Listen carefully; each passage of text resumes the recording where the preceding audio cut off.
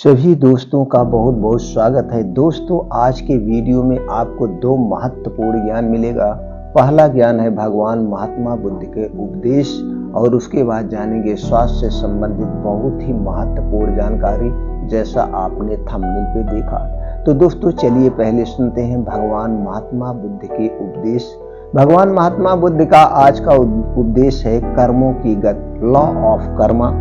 इसे हम जानेंगे एक कहानी के माध्यम से। जैसा कर्म करोगे वैसा ही फल प्राप्त होगा।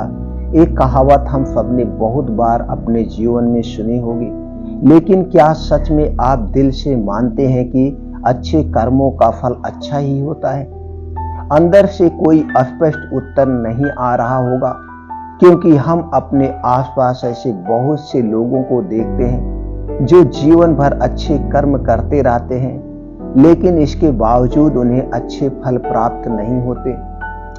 एक नौजवान कड़ी मेहनत करता है किसी परीक्षा में पास होने के लिए, लेकिन उस परीक्षा के परिणाम में उसे निराशा ही हाथ लगती है। तो इससे तो यही सिद्ध होता है कि जिन महापुरुषों ने ऐसा कहा है कि अच्छे कर्मों का फल अच्छा ही होता है, या तो वो महापुरुष गलत थे या फिर हम कर्मों का लेखा जोखा समझ ही नहीं पाते हैं। पर चिंता मत करिए, क्योंकि आज की कहानी सुनने के बाद कर्मों के बारे में आपकी सोच, आपकी दृष्टि एकदम स्पष्ट हो जाएगी। कहानी को आखिर तक जरूर सुने दोस्तों, तभी आप अच्छी तरह से समझ पाओगे। पुराने समय की बात है, किसी गांव में रमेश और सुरेश नाम के दो भाई रहते थे। पूरा गांव जानता था कि वो कहने को भाई थे, लेकिन भाई जैसा प्रेम उन दोनों में नहीं था। रमेश बड़ा था और सुरेश से वो बहुत तेज और चालाक था। उसने सुरेश के हिस्से में आने वाली खेती बाड़ी की जमीन भी खुद हड़प ली थी। इसीलिए सुरेश के परिवार को बड़े ही कष्ट के दिन झेलने पड़ रहे थे। सुरेश की पत्नी अक्सर बीमार रहा करती थी और उसके पास उसके इलाज तक के पैसे नहीं थे। लेकिन अपने भाई से विपरीत सुरेश बड़े ही शीतलता स्वभाव का इंसान था। वो कभी भी किसी के साथ बुरा नहीं करता था, लेकिन उसके मन में अक्सर ये सवाल उठा करता था कि मैं किसी का बुरा नहीं करता, किसी के बारे में बुरा सोचता तक नहीं हूं, तो मेरे साथ ऐसा क्यों होता है? क्यों मेरी पत्नी हमेशा बीमार रहती है? क्यों मेरे पास इतना भी धन नहीं है कि मैं अपना जीवन अच्छे से चला सकूं? क्यों मुझे मेरे कर्मों का फल नहीं मिलता है? और मेरा भाई इतना धूर्त है, इतना चालाक है और वो हमेशा मजे में रहता है। उसे तो कोई परेशानी ही नहीं है। वो सोचने लगा कि शायद बुरे कर्मों का फल अच्छा मिलता है, अच्छे कर्मों का फल अच्छा नहीं मिलता है। और धीरे धीरे इस संदेह उसके मन में, ये बात उसके मन में घर करने लग गया। उसी गांव से कुछ दूर एक सन्यासी अपनी कुटिया बनाकर रहा करता था। जब भी वो सन्यासी गांव में भिक्षा मांगने के लिए आता, तो सबसे एक ही बात कहता कि जो तू नहीं किया वो तेरे हिस्से, और जो मैंने किया वो मेरे हिस्से। सुरेश इस बात का अर्थ कभी समझ ही नहीं पाया। एक दिन जब वो गहरी चिंता में डूबा हुआ था, तो उसके कानों में यही शब्द पड़े कि जो तूने किया वो तेरे हिस्से में, जो मैंने किया वो मेरे हिस्से में। जैसे ही ये शब्द सुरेश के कानों में पड़े, वो गुस्से से तिलमिला उठा। उसने गुस्से में उस सन्यासी से कहा कि हे महात्मा, आप हमेशा ही की तरह बात को रट लगाते रहते हैं, जिसका कोई मतलब ही नहीं है। अगर आपकी बात सत्य होती तो मैं जीवन में अच्छे कर्म करते आया हूं, तो मेरे हिस्से में तो अच्छे ही कर्म होने चाहिए थे, अच्छा ही फल प्राप्त होना चाहिए था। लेकिन मुझे कुछ भी अच्छा फल प्राप्त नहीं हुआ है। मेरी पत्नी हमेशा बीमार रहती है, खाने तक के पैसे नहीं होते हमारे पास। सन्यासी ने बड़े ही शांत स्वभाव में कहा कि ऐसा प्रतीत होता है बेटा की परिस्थितियों से तुम हार मान चुके हो। कठिन परिस्थितियों ने तुम्हारी सोच पर गहरा असर डाला है। बुरे समय में तुम्हारी सोच भी बदल कर रख दी है। तुम्हें काम करना, आज संध्या समय तो कुछ फल लेकर मेरे आश्रम में आना, फिर मैं तुम्हारे सारे सवालों को जवाब दूंगा। और यह कहकर वह सन्यासी अपना भिक्षा पात्र लेकर अगले घर की तरफ निकल जाता है। संध्या समय सुरेश ने कुछ फल खरीदे और गांव से दूर उस सन्यासी की कुटिया की तरफ निकल पड़ा। जैसे जैसे वह रास्ते में आगे बढ़ता चला जा रहा था, उसे अथाह शांति का अनुभव हो रहा था। क्योंकि रास्ता गांव से दूर था, इसलिए उसमें कोई हलचल नहीं थी। बस रास्ते में जगह जगह कुछ लंगूर और बंदर दिखाई दे रहे थे। सुरेश के मन में आया कि वो कुछ पल उन बंदरों और उन लंगूरों को खिला दे, कुछ फल जो लिया है उन लोगों को खिला दे।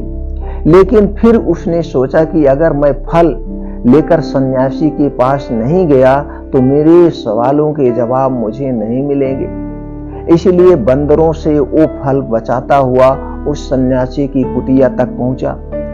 जैसे ही सुरेश उस कुटिया में पहुंचा, वैसे ही सन्यासी बोल पड़ा, अगर मन में था तो ये फल खिला क्यों नहीं दिया बंदरों को, ये फल खिला क्यों नहीं दिया बंदरों को। ये सुनकर सुरेश आश्चर्यचकित रह गया। सन्यासी को कैसे पता चला कि उसके मन में बंदरों को फल खिलाने की इच्छा उठी थी। उसने पूछा कि महात्मा, आपको कैसे पता था कि मैं बंदरों को फल खिलाना चाहता था। सन्यासी ने बड़े ही शांत स्वभाव में कहा कि जरूरी यह नहीं है कि मुझे कैसे पता चला, हम तो सन्यासी हैं, सबके मन की बात पढ़ लेते हैं। जरूरी ये बात समझना है कि जिस तरह एक बछड़ा हजारों गायों के बीच अपनी मां को ढूंढ लेता है, उसी प्रकार कर्म अपनी कर्ता को ढूंढ ही लेता है। एक कर्म मेरे हाथों ही होना लिखा था। और ये कहकर सन्यासी ने उसके हाथ से फल लिए और बंदरों को खिलाना शुरू कर दिया। सुरेश इस बात का मतलब समझ ही नहीं पाया, इसलिए उसने उस सन्यासी से सवाल किया कि महात्मा, मैं आपकी बात का आशय समझ ही नहीं पाया, कृपया करके मुझे अज्ञानी को इसका मतलब समझाने की अनुकंपा करें। सन्यासी ने बड़े शांत स्वर में कहना शुरू किया कि बेटा, मनुष्य को हमेशा यही लगता है कि वही करने वाला है, वही करता है और वही कर्म करेगा। लेकिन समझने की बात यह होती है कि कर्म आपका खुद चुनाव करता है, आप कर्म का चुनाव नहीं करते। अगर आप किसी कर्म को करने की योग्य हैं तो हजारों लोगों के बीच में से कर्म आपको अपने आप ढूंढ कर निकाल लेगा। इसीलिए योग्य बनने पर ध्यान दो, कर्म करने पर ध्यान मत दो। अगर तुम सिर्फ कर्म करने पर ध्यान दोगे, कर्म करने पर, तो कभी भी योग्य नहीं बन पाओगे।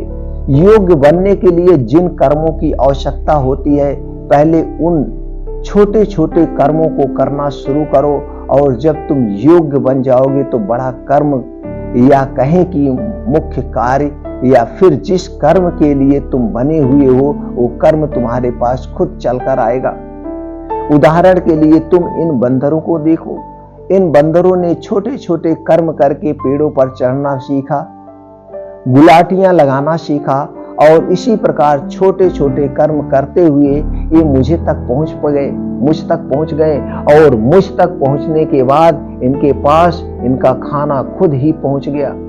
इसीलिए अपनी रोजमर्रा की जिंदगी में छोटे छोटे कर्म करते हुए अपने आप को योग्य बनाते जाओ, और जब तुम योग्य बन जाओगे तो अपने आप बड़ा लक्ष्य तुम्हें प्राप्त हो जाएगा।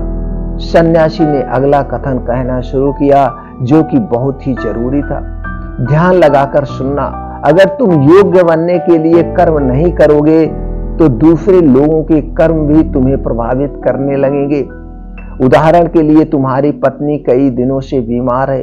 तुम अक्सर यही सोचते हो कि मुझे किन कर्मों की सजा मिल रही है, लेकिन समझने की बात यह होती है कि तुम्हारी पत्नी बीमार अपने कर्मों की वजह से, तुम्हारे कर्मों की वजह से नहीं है। तुम्हारे कर्म तो अच्छे हैं, लेकिन क्या पता तुम्हारी पत्नी के कर्म अतीत में अच्छे ना रहे हो, जिसकी वजह से वो बीमार हो गई हो, और तुम्हारी पत्नी के कर्मों की वजह से तुम्हें भी दुख झेलना पड़ रहा है। और इसी प्रकार बहुत से मनुष्य अपने बच्चों की वजह से, अपने परिवार की वजह से, इन सब की वजह से सुख दुख झेल रहे होते हैं। लेकिन जरा सोचो, अगर तुम योग्य होते तो तुम अपनी पत्नी का खुद इलाज करवा पाते, उसकी बीमारी दूर करवा पाते। और क्या पता अगर तुम योग्य होते तो तुम्हारा किसी दूसरी स्त्री के साथ विवाह हुआ होता जो स्वस्थ होती। लेकिन तुम योग्य नहीं थे, इसलिए तुम अपनी पत्नी की वजह से खुद दुख झेल रहे हो। अगर तुम योग्य बन जाओगे तो दूसरे लोगों के कर्म तुम्हें प्रभावित नहीं कर पाएंगे। सन्यासी ने सुरेश को चेतावनी देते हुए कहा कि याद रखना सुरेश, आपको वो नहीं मिलता जो आप चाहते हो, बल्कि वो मिलता है जिसके आप योग्य हो। इसलिए अपनी योग्यता को बढ़ाने का काम करो, उसके लिए कर्म करो। कर्म का फल पाने के लिए कभी कर्म मत करो। सुरेश ने सन्यासी से हाथ जोड़कर एक सवाल पूछा कि महात्मा, मुझे यह बताने की अनुकंपा करें कि मैं अपनी योग्यता किस प्रकार बढ़ा सकता हूं ताकि मेरा मुख्य कर्म मुझको खुद ढूंढ सके। सन्यासी ने बड़े ही शांत स्वर में कहा, शुरू किया, बेटा इसके लिए बड़े ही सरल उपाय होते हैं। सबसे पहला उपाय है कर्म करके भूलते जाओ। तुम जो भी कर्म कर रहे हो अपने योग्य बनने के लिए, उस कर्म को करने के बाद भूल जाओ। या मत सोचो कि उससे तुम्हें क्या प्राप्त हुआ। इसीलिए कहा जाता है कि कर्म करो, फल की चिंता मत करो। अगर तुम फल की चिंता करोगे तो वास्तविकता में तुम कर्म ही नहीं रहोगे। अक्सर मनुष्य की पीड़ा का एक बहुत बड़ा कारण होता है, वो सोचता है कि मैं कर्म तो अच्छे कर रहा हूं लेकिन मुझे फल प्राप्त नहीं हो रहे हैं। और यही पीड़ा उसके मन को ठेस पहुंचाती रहती है, उसको अपने लक्ष्य से भटकती रहती है। किसी कर्म को करने के बाद अपना आकलन जरूर करें, लेकिन फल की चिंता ना करें। सुरेश ने सन्यासी से सवाल किया कि महात्मा, हम अपना आकलन कैसे कर सकते हैं? सन्यासी ने उत्तर दिया कि बेटा, जब भी तुम कोई काम पूरा करते हो तो काम पूरा करने के बाद खुद से ये सवाल पूछो कि क्या इस काम को करते समय तुम्हारा ध्यान इसी काम पर टिका हुआ था, ये तुम्हारा ध्यान कहीं और भटक रहा था। इस तरह तुम खुद का आकलन कर पाओगे कि तुम कितने ध्यान के साथ उस काम को कर रहे थे। और जितने ध्यान से तुम किसी कर्म को करोगे उतनी ही तुम्हारी योग्यता बढ़ती जाएगी। और अगर तुम यूं ही बस पूरा करने के लिए किसी कर्म को करते रहोगे तो उस कर्म से तुम कभी भी योग्य नहीं बन पाओगे। वो कर्म तो पूरा हो जाएगा लेकिन उसका फल तुम्हें प्राप्त नहीं होगा। इसलिए अपना आकलन इस प्रकार करो कि तुम्हारा ध्यान वहां पर टिका हुआ था या नहीं था, या तुम्हारे विचार तुम्हें कहीं भटका ले गए थे। और कोशिश करो कि तुम्हारे विचार अगली बार जब तुम एक कर्म करो तो उसी कर्म पर टिके रहो, उसी कर्म पर टिके रहो, इधर उधर दूसरी बातों में भटके ना। सुरेश ने इस पर एक सवाल पूछा कि महात्मा, जब भी हम कोई कर्म करते हैं तो हमारा मन विचारों से ग्रस्त हो जाता है, वो तरह तरह की बातें सोचने लगता है, तो हम किस तरह अपने मन को एक ही कर्म पर टिका कर रख सकते हैं? इसके लिए क्या कोई उपाय बताएंगे? सन्यासी ने इसका उत्तर देते हुए कहना शुरू किया कि बेटा, जब भी तुम किसी कर्म को करते समय अपना पूरा भाव उसमें डाल देते हो तो तुम्हारे विचार उसी कर्म पर केंद्रित रह सकते हैं। पूरे निष्ठा, प्रेम और सद्भाव के साथ किया गया कर्म तुम्हारे विचारों को इधर उधर नहीं भटकने देगा। विचार तभी दूसरे दिशाओं में बहा कर ले जाते हैं जब तुम उस कर्म को पूरी निष्ठा के साथ नहीं करते हो, उसमें पूरा प्रेम नहीं डालते हो, उसमें पूरा भाव नहीं दिखाते हैं। जब ये तीनों चीजें तुम उस कर्म में डाल देते हो तो स्वाभाविक रूप से तुम पूरी तरह उस कर्म में सम्मिलित हो जाते हो और तुम्हारा मन और मस्तिष्क एक ही जगह पर टिका रहता है। सन्यासी ने अपनी बात खत्म करते हुए कहा कि अगर कोई इंसान, कोई मनुष्य इन उपायों का सही तरीके से इस्तेमाल करता है, तो उनका पालन करता है, तो वो किसी भी कर्म के लिए अपने आप को योग्य बना सकता है। और एक बार अगर वो योग्य बन जाता है तो उसी बछड़े की भांत उसका कर्म उसे अपने आप में ढूंढ लेता है। सुग्रीव को कुछ फलों के बदले जीवन भर का ज्ञान मिल चुका था, उसे अस्पष्टता मिल चुकी थी, उसके सारे मन के सवाल खत्म हो चुके थे। उसने सन्यासी को प्रणाम किया और वहां से अपने घर के लिए निकल पड़ा। रात हो चुकी थी और रास्ते पर अंधेरा छाया हुआ था। वो इन बातों के बारे में विचार करता हुआ अपने घर की तरफ निकल पड़ता है। तो दोस्तों, आपको आज की कहानी कैसी लगी, अपनी राय हमें जरूर बताएं। और दोस्तों, ये कहानी ज्यादा से ज्यादा लोगों तक जरूर शेयर करें, जिससे इस उपदेश से उन्हें भी कुछ ज्ञान प्राप्त हो। चलिए मित्रों, अब जानते हैं आज की स्वास्थ्य से संबंधित सबसे बहुत ही महत्वपूर्ण जानकारी।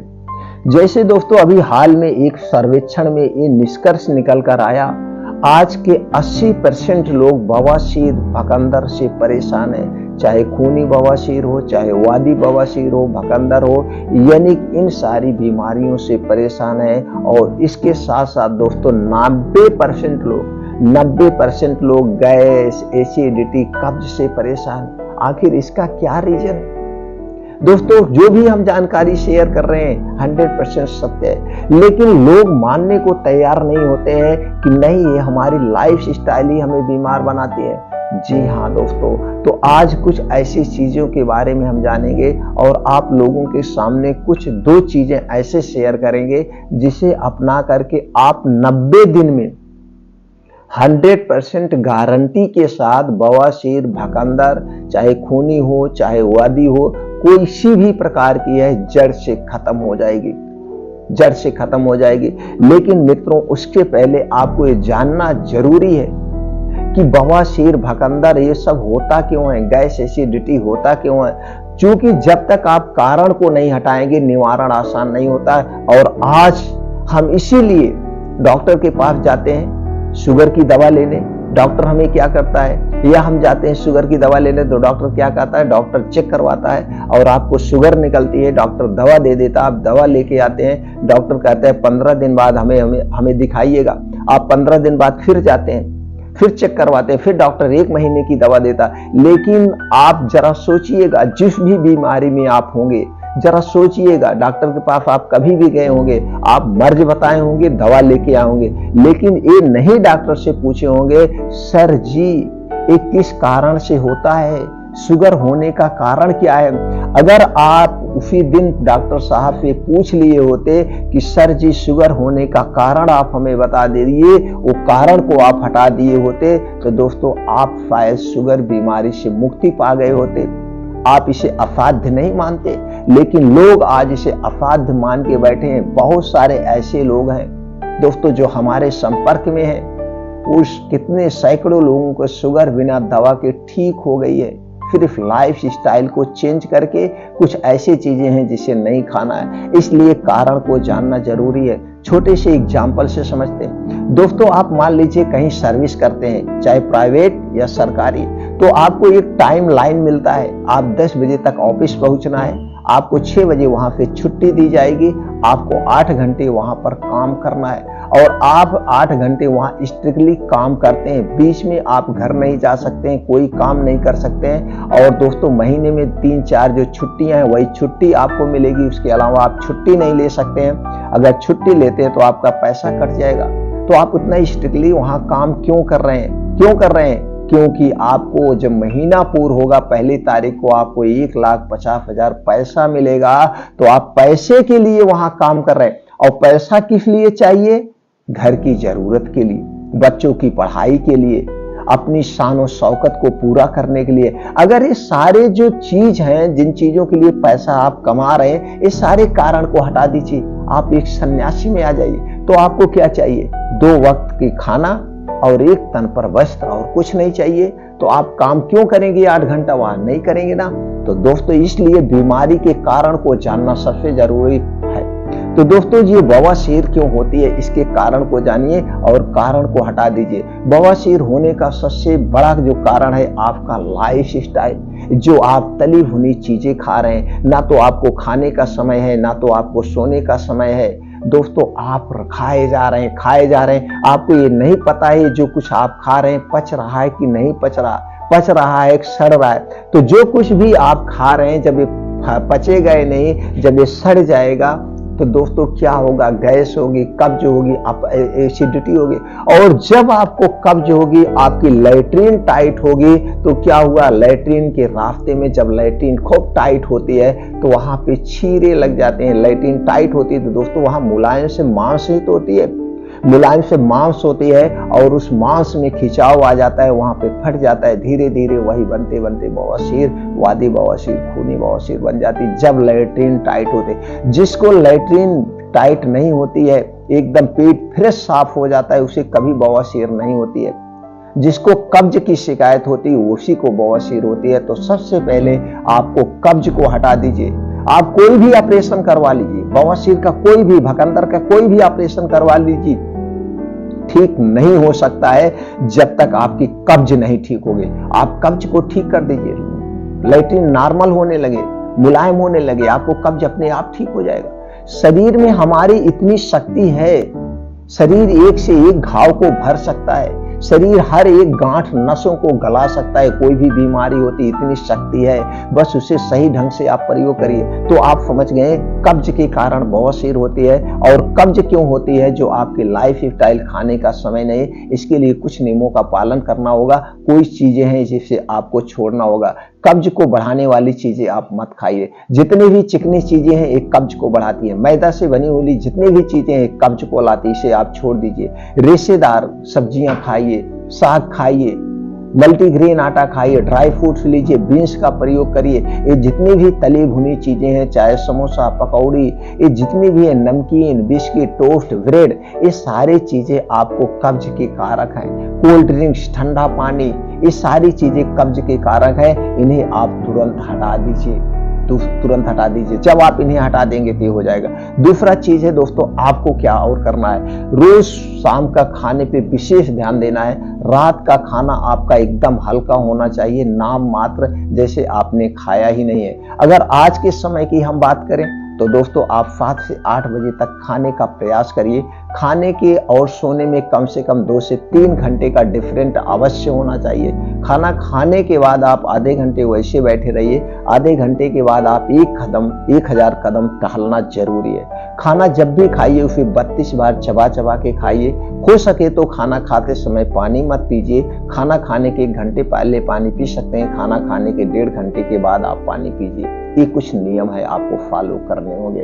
और प्रयास करिए, अगर आपको बहुत ज्यादा गैस एसिडिटी नहीं बनती है तो रात का खाना मत खाइए। सूर्य डूबने के पहले कोई अच्छा सा लंच कर लीजिए जो सर्वगुण संपन्न हो, जिसमें हाई प्रोटीन, विटामिन हो, तो आपको रात में खाने की जरूरत नहीं होगी। फिर रात में आप मत खाना खाइए, क्योंकि आप जब रात में खाना नहीं खाते हैं तो पूरा आपके शरीर को हीलिंग करने का मौका मिलता है। वो अपने आप को अंदर से साफ सफाई का काम कर लेती है, रिचार्ज कर लेती है। तो इसलिए ये आपको नियम अपनाना होगा। ज्यादा से ज्यादा पानी पिए, भाग दौड़ से बने, चिंता मुक्त जीवन करें और अपने शरीर को सक्रिय रखें। शरीर को सक्रिय रखने के लिए आपको क्या करना है, सुबह 5 बजे से 7 बजे ये 2 घंटे का समय आपको अपने डेली रूटीन में शामिल करना है। इस 2 घंटे से आप कभी कंप्रोमाइज मत करिएगा। अगर आप इस 2 घंटे में कंप्रोमाइज करेंगे दोस्तों स्वस्थ नहीं रहेंगे। ये 2 घंटे में आपको क्या करना है, प्रयास करिए रोज 5 बजे उठने का। उठने के बाद तो दोस्तों गैस, कब्ज, एसिडिटी तो आपको है ही है, तो आप 2 से 3 गिलास सबसे पहले गुनगुना पानी पीजिए। कोई भी सीजन हो, पानी आराम से बैठ के बासी मुंह बैठ के सिप करके पानी पीना है। फिर फ्रेश होकर के आप निकल जाइए मॉर्निंग वॉक। मॉर्निंग वॉक में 5 से 6 किलोमीटर आपका मॉर्निंग वॉक होगा और इसे आधे घंटे में कवर करने का प्रयास करिए। मॉर्निंग वॉक आप नंगे पांव करिए, जहां पे हरी घास हो, जहां पे मिट्टी हो, यहाँ पे करिए। तो दोस्तों जब आप मिट्टी पे, हरी घास पे मॉर्निंग वॉक करते हैं तो जगहों पे छोटी छोटी कंकड़ियां होती है, वो कंकड़ी जब आपके पैर में लगेगी तो एक प्रेशर का काम हो गया। ऊपर से दोस्तों जो ओस की बूंदें आपके पैर में लगेगी इससे आपके आंखों की रोशनी तेज होती है। तो जब आप तेज कदमों से चलेंगे, एक चीजें करेंगे, तो आपका हार्ट नॉर्मल से 10 गुना ज्यादा पंप करता है। और दोस्तों जब ब्लड सर्कुलेशन खूब तेज फ्लो होगा तो दोस्तों नसों में गर्मी होगी, शरीर में गर्मी होगी, तो पसीने के माध्यम से जो विषैले पेस्ट पदार्थ हैं वो बाहर निकल जाएंगे। अब वहीं पे बैठ के 2 योगा आपको जरूर करना है। पहला योगा है आपका दोस्तों अनुलोम विलोम, जिसे हम नाड़ी शोधन कहते हैं, ये जरूर करना है। दूसरा योगा है कपालभाति 15 से 20 मिनट, ये 2 योगा जरूर करिए। उसके बाद वज्रासन, शीर्षासन, पुशअप जो आप कर सकते हैं अपने कार्य क्षमता के अनुसार। ये करने के बाद 15 से 20 मिनट आप दोस्तों मेडिटेशन जरूर करेंगे। मेडिटेशन करना ना भूलें। तो मेडिटेशन करेंगे, चिंता मुक्त जीवन रहेंगे। इतनी प्रक्रिया अगर आप अपना लेते हैं तो बहुत फिर अपने आप ठीक हो जाएगा अपने आप। अब खाने में क्या खाना है? हरी साग सब्जियां खूब खाइए, सात्विक खाना खाइए, तली भुनी चीजें हटा दीजिए, सजीव वस्तुएं ज्यादा खाइए, निर्जीव वस्तुएं मत खाइए। खाना हमेशा भूख से 60% खाइए, 30% पानी से भरिए, 10% हमेशा अपने पेट को आप खाली रखिए। ये काम आपको इतनी प्रक्रिया करना है। अब चलिए कुछ उपाय हम बताते हैं जिसे अपना करके आप घर पे बिना ऑपरेशन के बवासीर, भकंदर, खूनी, वादी जो भी चीजें हैं, तीनों चीजों को जड़ से खत्म कर सकते हैं। इसके साथ साथ वात, पित्त, कफ तीनों को भी बैलेंस करेगा। ये जो नुस्खा मैं बताने वाला हूँ वात, पित्त, कफ को भी बैलेंस करेगा। इसके साथ गैस, एसिडिटी, कब्ज जितनी भी समस्याएं वो भी दूर होगा। ब्लड सर्कुलेशन भी दोस्तों, डायबिटीज भी कंट्रोल होगा, ब्लड प्रेशर भी कंट्रोल होगा। पाचन तंत्र से संबंधित और कोई बीमारी वो भी आपको ठीक कर देगा।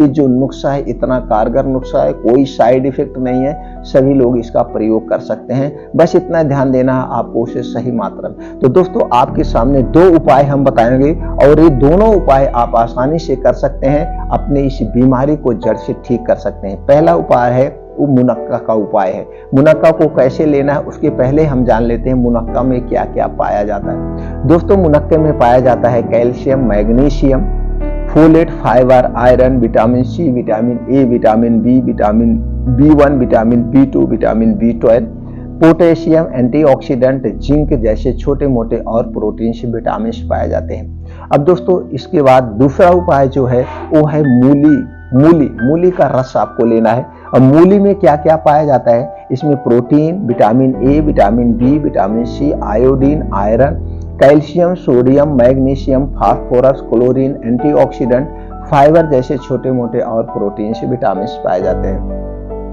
अगली चीज है दोस्तों वो है त्रिफला का चूर्ण, जो कि आयुर्वेद का एक अमृत रसायन है। त्रिफला का चूर्ण में क्या क्या पाया जाता है? Carbohydrate, vitamin C, vitamin B2, vitamin B12, mineral, sodium, fibre, antioxidant, gallic acid, iron, anti inflammatory, vitamin E, vitamin A, vitamin K, calcium, phosphorus, zinc जैसे छोटे मोटे और प्रोटीन से विटामिन पाए जाते हैं। अब दोस्तों तीनों चीज के बारे में आपने जान गए कौन कौन से प्रोटीन विटामिन पाए जाते हैं। अब एक प्रोटीन विटामिन से हमारे शरीर का निर्माण हुआ। एक तो इसको प्रयोग करने से हमारा शरीर स्वस्थ व निरोग रहेगा, दूसरे जो हमारे शरीर में विकार उत्पन्न हुए विकार को भी खत्म कर देगा। विकार अब कैसे प्रयोग करना है तीनों चीजों को उसे जान लेते हैं। एकदम आराम से ध्यान से सुनिएगा दोस्तों, और इसी तरीके से अगर प्रयोग करते हैं तो आपका बवासीर, भकंदर सब कुछ जड़ से खत्म हो जाएगा। तो दोस्तों पहला है आपको कैसे लेना है, आपको लेना है 6 से 7 मुनक्का लेना है और 1 कप पानी लेना है। 1 कप आधा कप आप पानी ले लीजिए, ज्यादा पानी नहीं लेना, 50 ग्राम आधा कप पानी लेना है और 6 से 7 मुनक्का इसको धुल करके रात में भिगो देना है। इसी पानी में रात भर आप भिगो देगा। सुबह जब आप योगा, प्राणायाम, मेडिटेशन करके आएंगे तो इस पानी को पी लेना है। जो आधा कप पानी है इसे आप किसमें भिगोएंगे? मिट्टी के बर्तन या कांच के बर्तन में ही भिगोना है, किसी और बर्तन में नहीं। मिट्टी के बर्तन या कांच के बर्तन में भिगोना है, इस बात का आप खास ध्यान देंगे दोस्तों। और सुबह आने के बाद, मॉर्निंग वॉक करने के बाद इस पानी को पी लेना है।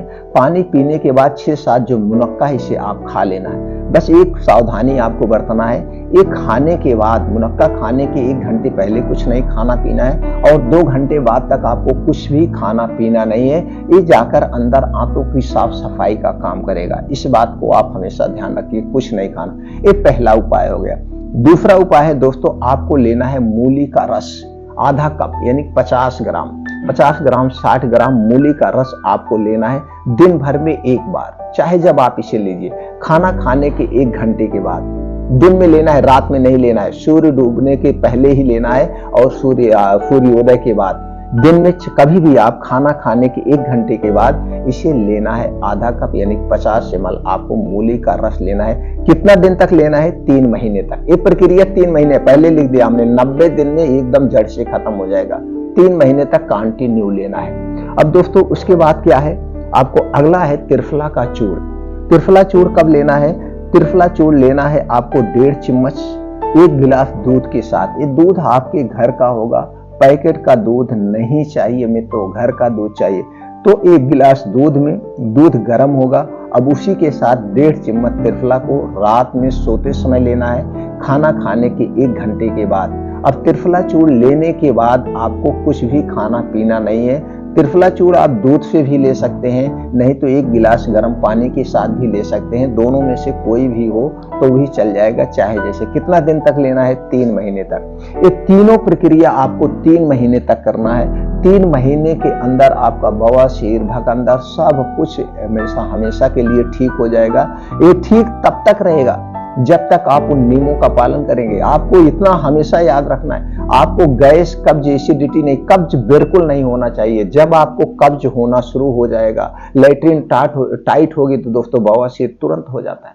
इसलिए आपको गैस, कब्ज, एसिडिटी से दूर रहना है। तो इसको जब अभी आपको लगे कि अब कब्ज हो रहा है तो दोस्तों कब्ज को जो बढ़ाने वाली चीजें हैं उनका आप छोड़ दीजिए, बस कब्ज होगी ही नहीं।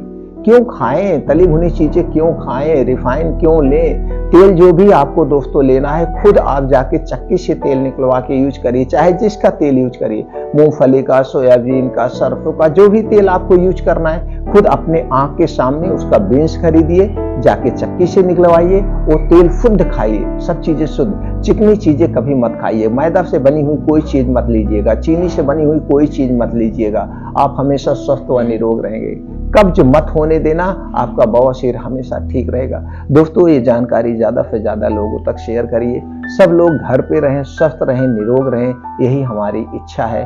तो दोस्तों अगर आप हमसे उत्साहित हमें करना चाहते हैं, हमें प्रोत्साहित करना चाहते हैं, तो दोस्तों कमेंट सेक्शन में ओके, थैंक्स या कुछ भी लिख सकते हैं। चैनल को लाइक जरूर कर दीजिए दोस्तों, इससे हम मोटिव होते हैं। फिर मिलते हैं अगले वीडियो में नई जानकारी के साथ दोस्तों।